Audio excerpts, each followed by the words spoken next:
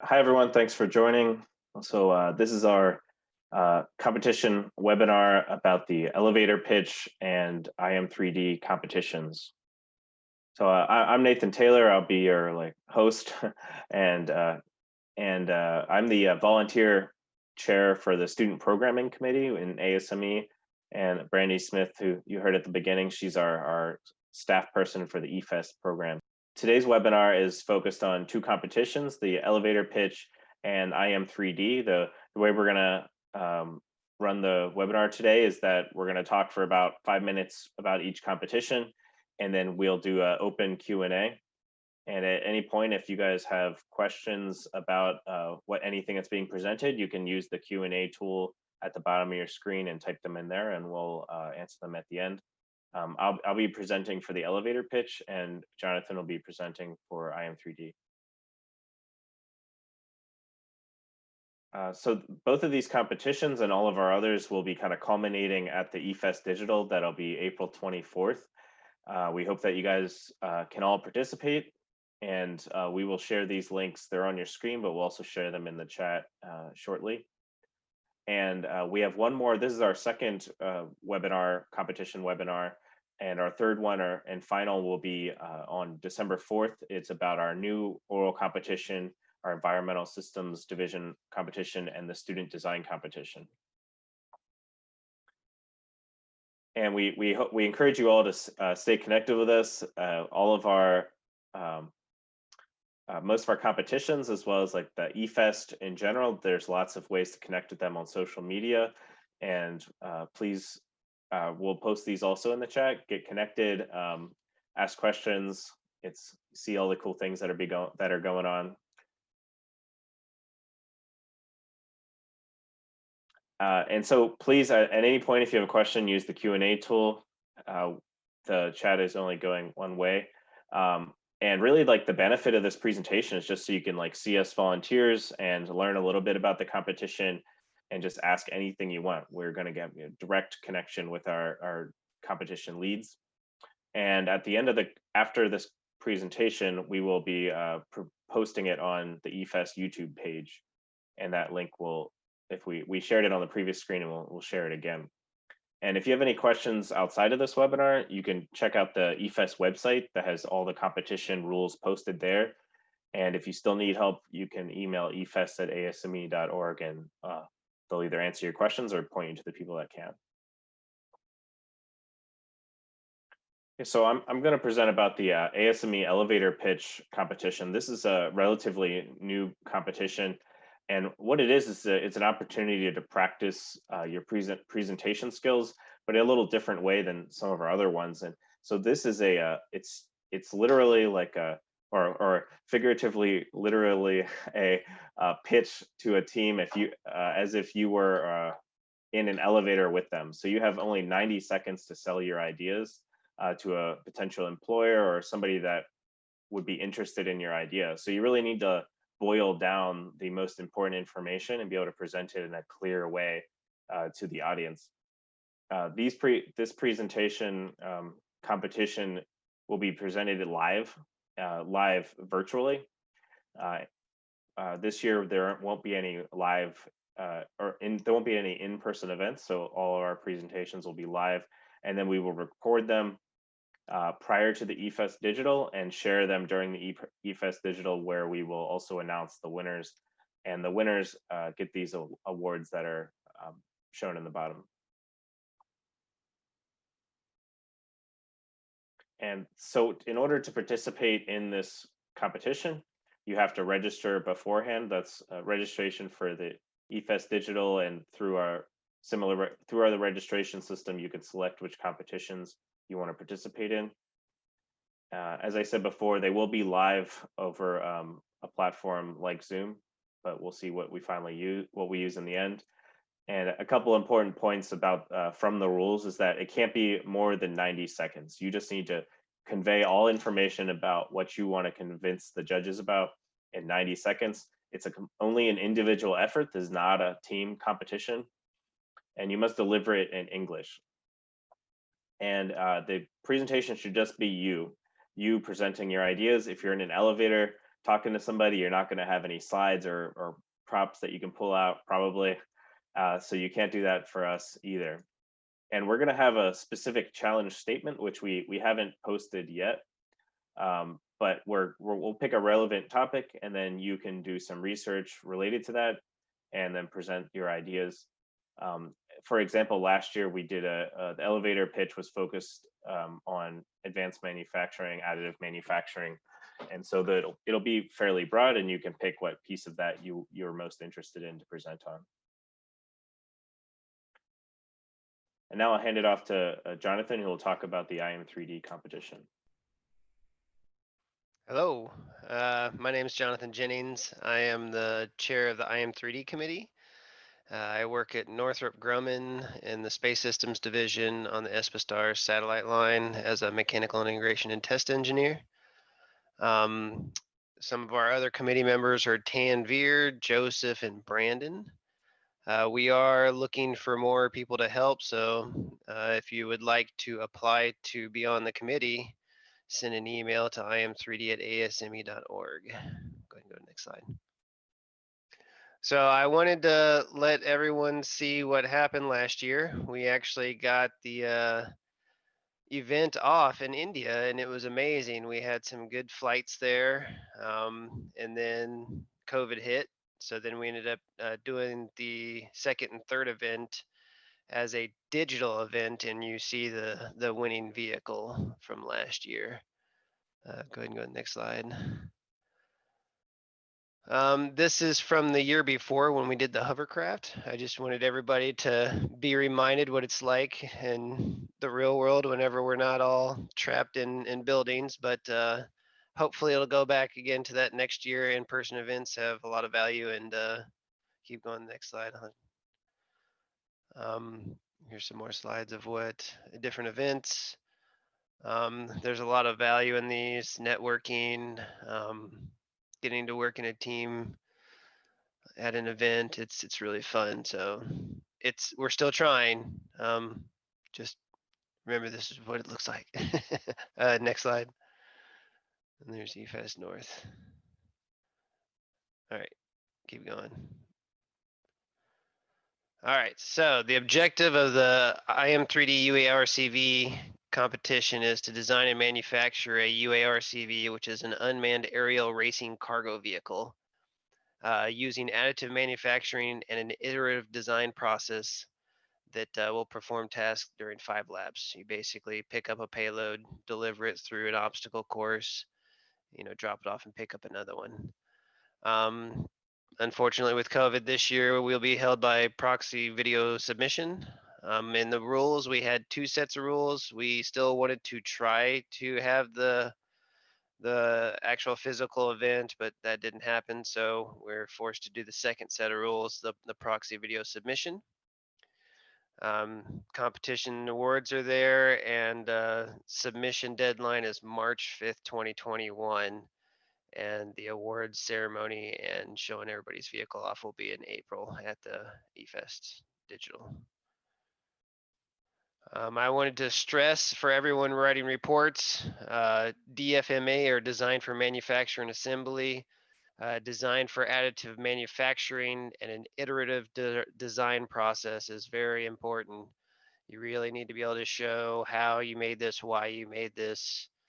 That's going to be key, as a lot of this is virtual, so there's going to be a lot of points held on the design aspects. Go ahead and go next slide. So particulars, like I said earlier, we're moving to the EFES digital rules. Teams will be formally registered once all their submissions are made. There was an error on the original rules for the submissions. That was fixed today. So I wanted to make sure everybody paid attention to that. It should be delivered in English, and there's 4 videos: eligibility, design report. Well, that's not a video, but the design report, use of additive video, obstacle course video, and team video. The eligibility video doesn't have points, but it's required to participate. And the use of additive manufacturer part video and video submission of the obstacle course are some of the largest points. And as always, stay safe, wear safety glasses, make sure everybody comes back with their fingers still attached. Next slide. Yeah, go into questions. Thank you, Jonathan. So if anyone has questions about either of these competitions, please post them in the Q&A. We have a couple, and so I'll start with those. And so the first question was about the elevator pitch. It says, in real life, can the same elevator pitch work for different investors / recruiters? And Brandy, since you're pretty familiar with this competition, you could feel free to add in if there's anything. I'd say that this elevator pitch is a little bit different than if you were presenting to investors, where we really want you to present an idea, and we want you to entice the judges to want to invite you back and learn more about it. And so you don't have to convince them to invest. You more want to convince them to continue the discussion. And so that might be the same kind of pitch you could use to a recruiter, but maybe it'd be a little different for investors, where they where you'd be asking for money and presenting financial information. I'll go through the elevator pitch questions first. So one was the asking if there's any extra time for introducing yourself. There is not. It's a 90-second presentation, and part of that is I'm this person, and this is where I'm from, and there are some required information. I think we want to know what here. There's some required information, which is your name, your grade, your major, and your university, and so that should take about 1 second out of your 90 seconds. And then we have a question about registration. I believe, I'm not sure that if we've decided on a registration. Can you explain that, Brandy, the cost of registration? Yeah, so registration will be opening up in the next month or so.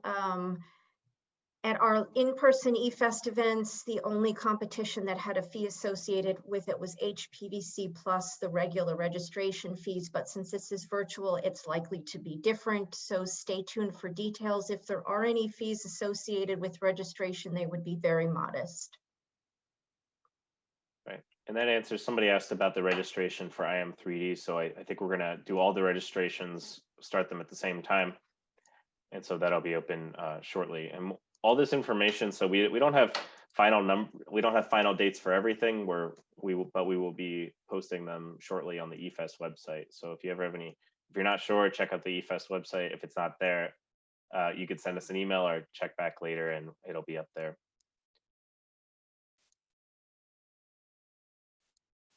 So let's see, a bunch of questions about IAM3D.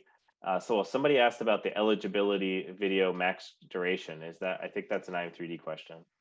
Yeah, there isn't one. Just make sure that you show that you meet all the requirements and you have your advisor certify that everything is okay. That's the only one that doesn't have one, because you have to show like the dimensions of your vehicle meet and the dimensions of your course, and then just have, your advisor explain that they certify everything. Will they have to 3D print their own payloads? They should. If you have problems, go ahead and send an email to IAM3D at ASME.org, and I will send you some. I mean, I have a box full of them if anybody's hurting for payloads. There's a question about what types of printing technology can affect the score. Do you have a response to that? Anything is allowed as long, what did I say? As long as it isn't like, or is non-toxic, or as long as someone isn't going to get hurt. I'd have to look up the rules here real quick. Let me see. What did I say about that? And okay, that's fine. I'll go to an elevator pitch question. Yeah. So there's a question is there a limit on the number of participants? And I don't remember. Brandy, do you know if there's a limit? Yes, so elevator pitch is an individual competition. It's not a team competition. So you will be giving your pitch by yourself. Right, but do we have a limit to the max number of participants? I don't think we do. No. Yeah, so we don't have a limit. If you're interested, submit. That'd be great. Sign up. Have you figured it out, Jonathan? I'm getting there. It was on my. All right, I have a question, Nathan, about Yeah. elevator pitch. What's the difference between elevator pitch and old guard for folks that may be on the phone and not sure? Yeah, so the old guard is about presenting a topic in detail. It has longer time, and you're kind of talking through a technical topic, and they're mostly focused on how well you can communicate a technical topic. Where elevator pitch is very short, and it's and there's no props. So like old guard, you can use, I believe you use a slide deck.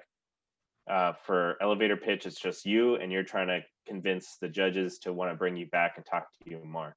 And so it's kind of a different focus. You could in theory present on a similar topic, but your goal is different. Awesome.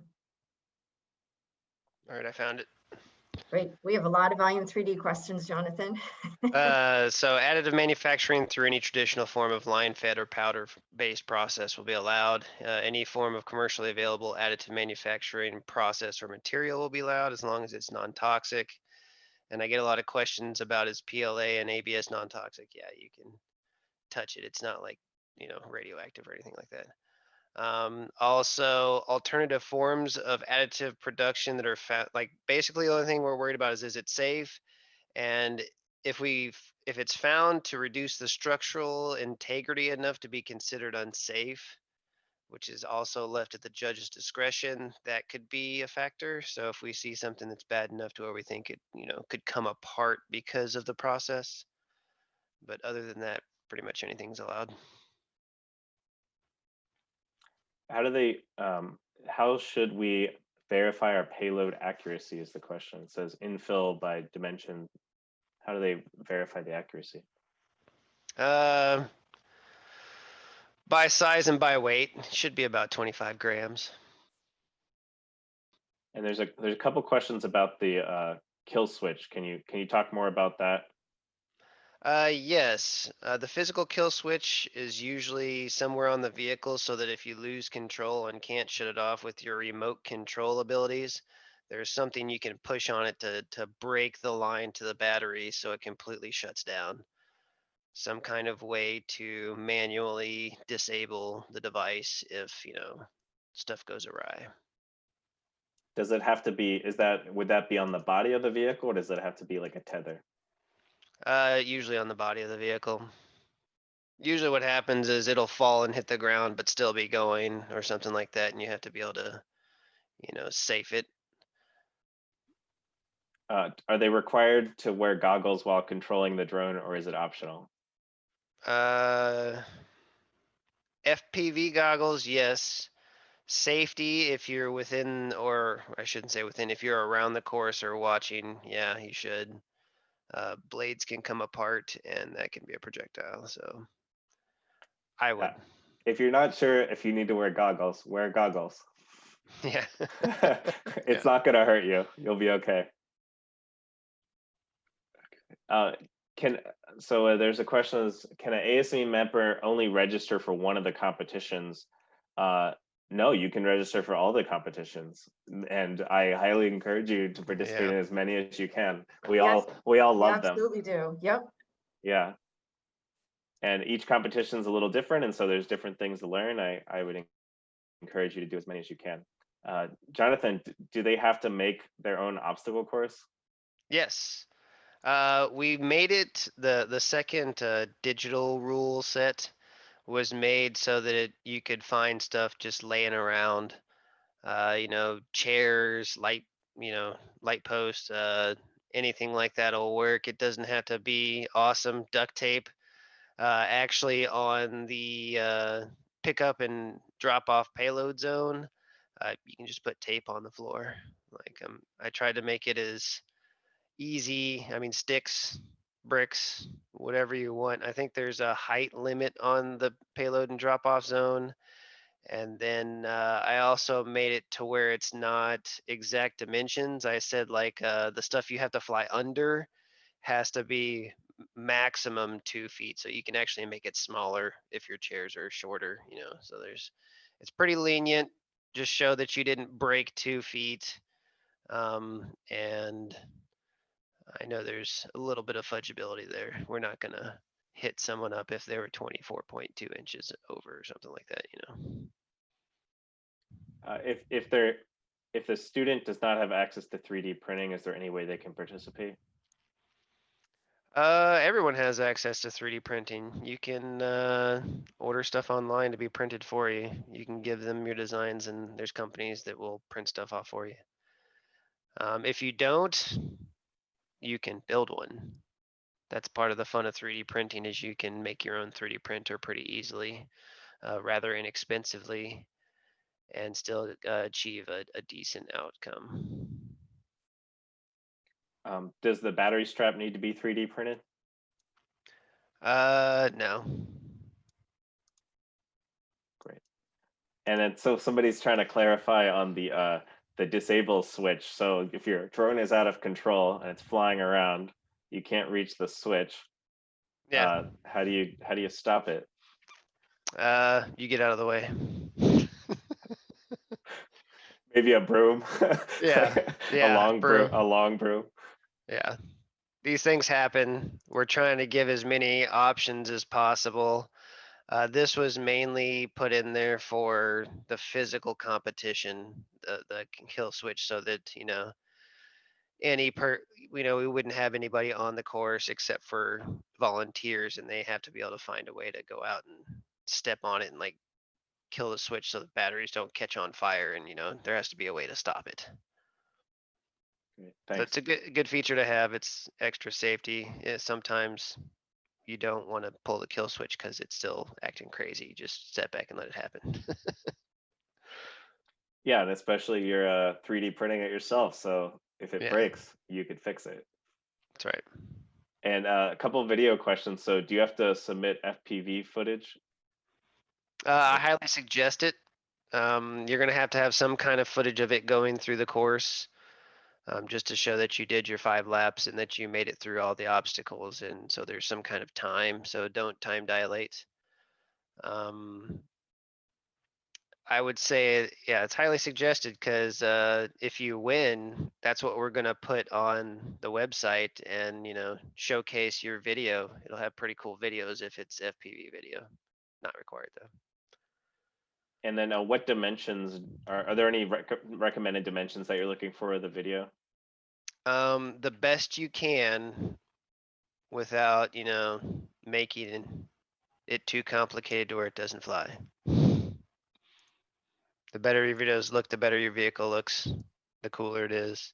But don't go out of your way so far as to hinder the operation of your vehicle. I've seen people do it. Great. Are there any design methodologies you recommend for IAM3D? Yes, design for additive manufacturing. What's his name? Tim Simpson at Purdue actually came up with a really nice sheet that you can go through and ask certain questions and get a score at the end on how, you know, how well you designed for additive manufacturing. And it'll give you a bunch of good tips. And then design for manufacture and assembly, which is more, how can I produce this better, faster, less parts? You know, can I make this thing with 3 screws instead of 12? So it takes half as long to make, and, you know, using smart design, Taguchi method, stuff like that. And then iterative design process. That's one of my favorite things about 3D printing is I don't have to fully design something and come up with the best idea the first time. I can make something and look at it and be like, no, I don't like this, chuck it, change it a little bit, print another one, look at it, figure out how the best way it could work physically. So those 3 things. Nathan, I was going to jump in for a second. We had another follow-up about that sheet that you referenced from Tim Simpson. Do you know where someone could find that, Jonathan? And I think he's at Penn State, if I'm not mistaken. Yeah, something like that, man. Yeah, I think I just Googled He's at Penn design State. Yeah. for manufacturing. No, I fat fingered it. And then I looked at images and let's see if I can find it. There it is right there.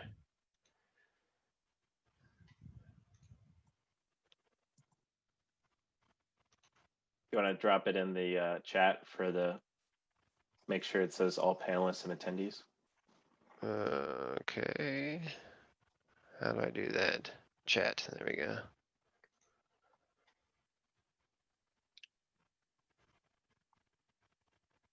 Who qualifies to be, while we're doing that, who qualifies to be a team advisor, Jonathan? That would be your team advisor, like a faculty or staff. Anyone that basically works at your university that's not the janitor, you know, the head of your department, a teacher, stuff like that.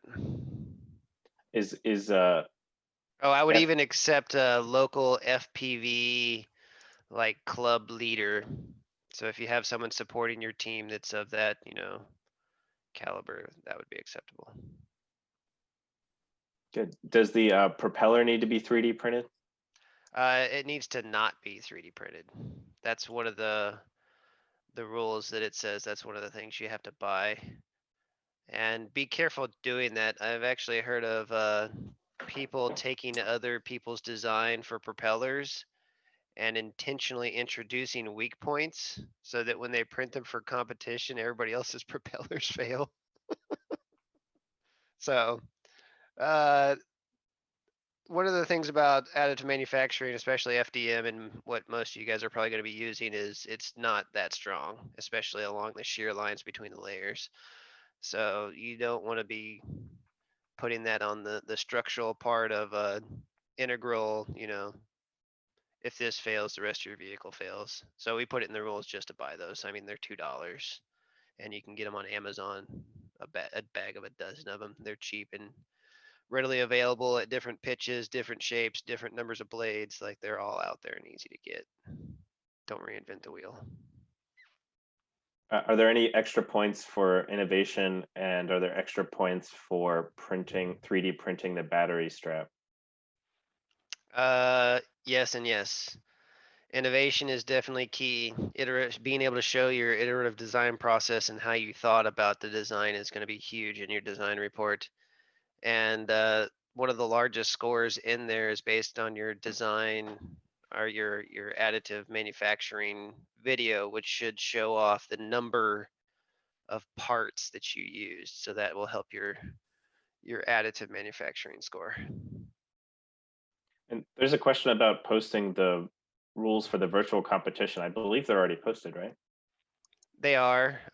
It's kind of weird because we really wanted to still give the option for the physical. So we tried really hard to make sure that those rules, you know, were first and foremost, but we also recognized that it would have been highly irresponsible to not have a backup in the situation that we're all in with COVID. So if you go down, I think it's page 12, it actually says EFES digital virtual rules. It's a whole nother set of rules. So the first part of that, you know, document is no longer valid. We're only using the second set of rules. Yeah, so they're all in the same document, and all the rules are available on the EFES website. If you go to efes.asme.org and click on competitions, you can find all the competitions, and under each page are the rules for each competition. And I just posted that link in the chat, Nathan. Thank you.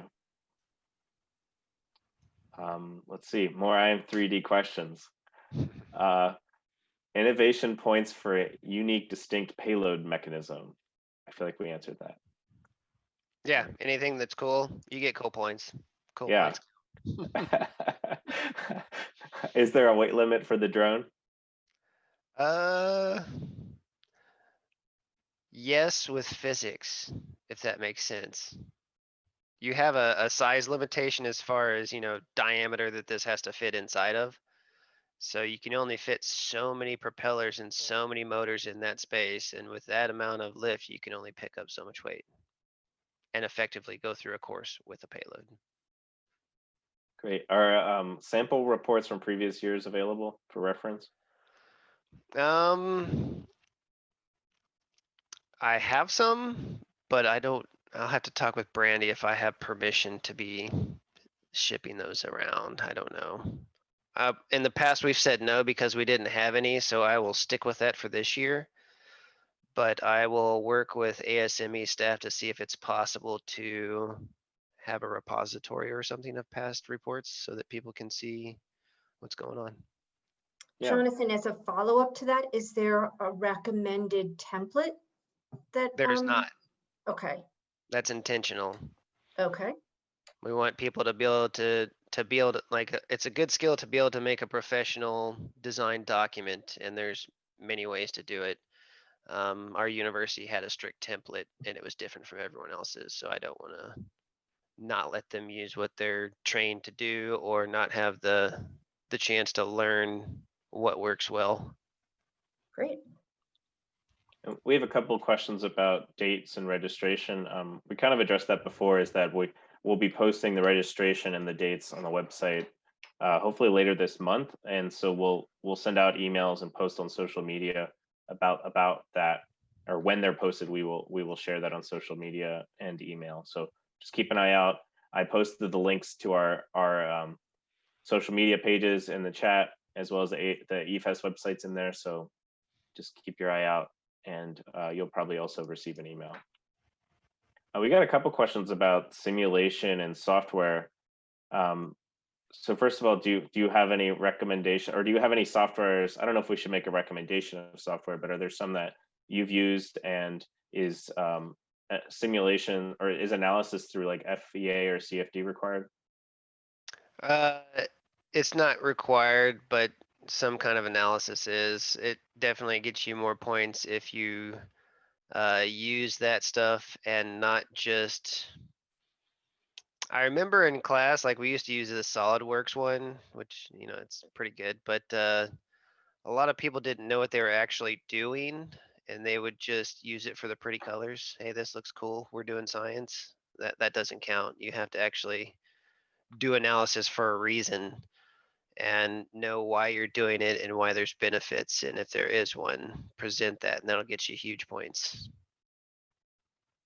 Yeah, and then I think as far as modeling software, pretty much any 3D modeling software is okay, right? Yes, any legally obtained CAD software is allowed. Are there any specific types of simulation that you would recommend doing? I've seen fluid flow, I've seen structural analysis. Those are the two main ones. Yeah, You and know, try and see what kind of turbulence, where your blades are placed, and how to try to optimize for against drag and what are they?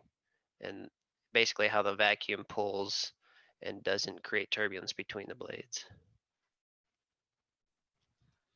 there's an interesting question about the payload. So if you drop the payload and then it blows within the zone and then it blows out because of the props, does it still count? As long as I can see it, that's what's happened. If it's in the video. A lot of people don't realize, and I don't know if I'm letting people get wise on this, but you make your own video. You can run the course 50 times and post your best video, and I would never know the difference. Yeah, Don't clip together though. Use one full set. yeah, clear continuous video. Yes. Excellent. Are they limited to it says, are we limited to just flight controllers, or can they use Arduinos in tandem with flight controller? As long as the link to the, I get a lot of question about using Arduinos, and this year and last year we shied away from them because it ends up causing issues, and you're reinventing the wheel whenever you could buy you can buy a really nice flight controller for $40 on Amazon. Everybody can get them. So this year, I'd have to know what you're using it in tandem with. If most of the avionics and control and everything is all commercially bought, hardware and software, and then you add on to that with something Arduino, that would be okay. But the main like duty needs to be put on something that's commercially bought. Does it need to be manually controlled? It can be, or can it be autonomous? Ooh, it can be autonomous. Most people do manually controlled, but If you can program it, show that in your design. That's definitely cool points. And then somebody asked about suggesting ways for PID controlling in this competition. Hmm. That's a very deep question. Hmm. There's all kinds of ways of PID controlling, like that's what's the meaning of life question, you know? PID controlling. Well, I'd say there's lots of libraries that you can use. There's lots of Yeah, hardware options you can use. So there's plenty an of off the infinite shelf number of ways to options. do it, yeah. Yeah, I'd say don't, you probably don't need to do it from scratch. There's plenty of ways to do it. Yeah. And we have a reminder from our senior VP that about engineering ethics. And so as engineers, we have certain standards of ethics that we need to follow, and that's related to our video comments. So they should be continuous videos, because we want to make sure that what you're saying you can do, you're actually doing. And as engineers, we should all be ethical and and not. When someone cheats, everybody loses. Yeah, that's great. Thank you. Thanks, Callie.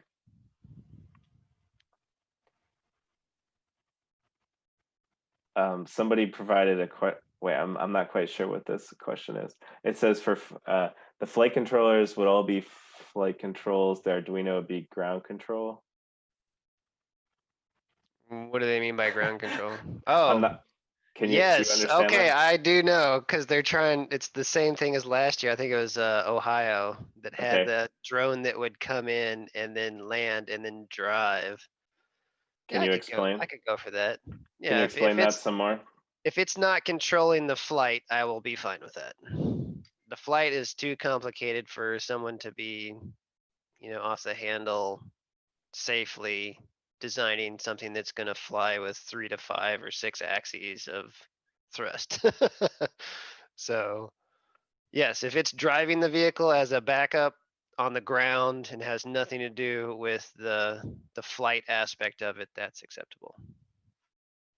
Are all the presentations pre-recorded, or is anything live for this year? It's all pre-recorded and any way you can get it to me. If you have, a lot of people they'll use YouTube, and I actually suggest that. Whatever you can do to get the video into there and then just give us a link, that works really well. And then I can keep going back and stealing that link and showing it to everybody. So it's a really good place, and it showcases your vehicle, not just to IAM3D, but to your university, other universities, prospective students to come to your university, like all kinds of stuff. Yeah, just make sure if you're using YouTube, that your link is publicly visible. Yeah. And so there's a couple different video submissions. Are they all submitted separately, or will they be one big video? Usually it's one big, it's on March 5th, it's gonna be one big submission. So basically your design report, I was saying it's 4 videos, and then kind of some information about your university. And then me and the other judges will come through all that data and go from there.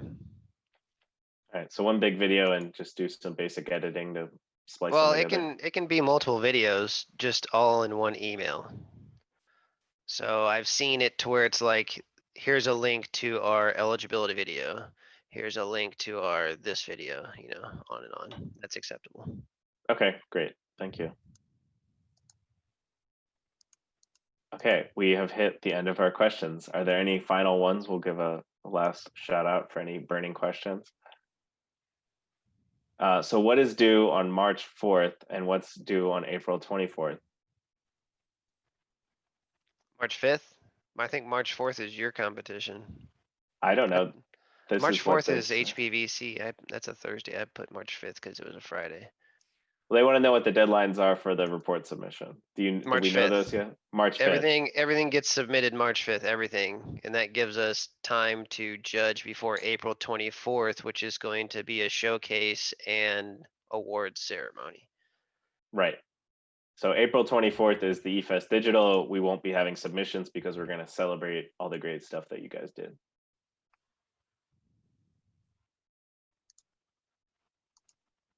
Oh, and a lot of people usually ask, you know, I don't want to discourage people from turning in late. I don't want someone to have done really well and found an error and be 2 days late and then not submit. So I think we do, what is it, 3 points per day reduction for late fee so that we can, you know, don't be late, but if you have to, don't be discouraged and quit. We will still judge your stuff. Right, and people are still asking clarifying questions about the report deadline. So is everything due on March 5th? Everything. Design report, videos, everything should be done by March 5th. Okay, thank you. Can materials like rubber be added to the payload system? Can you use materials like rubber and add it to the payload system? Yes, there are a lot of rubberized filaments that you can commercially buy pretty cheaply, and they're actually pretty amazing. I like using them for a lot of stuff. So yes, but not the actual payload. The actual payload has to be there's certain requirements: size, material, and density. And if you have gears and a gearbox, that do they count against the additive manufacturing score? It sounds like they're not. They're talking about a gearbox outside of the servo. That will be up to judge's discretion. I'm going to say no, as long as it's, well, if it's part of there's a list of stuff. If it's obviously a part of that, it will not be counted against you. If it's not, then it's up to judge's discretion. And usually if it's, you know, an electronic that you need to perform that function, they're not going to ding you for that. Can they use an additional battery for the picking mechanism? Yes, there is a battery size limitations for safety reasons, but as long as you have each battery under, I think it's 4 cell, then you're fine. Great. And we're at the end of questions again. Do we have any final ones? That worked last time. Is the battery strap counted as the total number of 3D parts? Yeah. You gotta be careful with that statement though, because some people will make I made a clip with a strap, with another clip, with another strap, with 3 other parts to make a strap. We will count that all as one part. But yeah, that one part will count.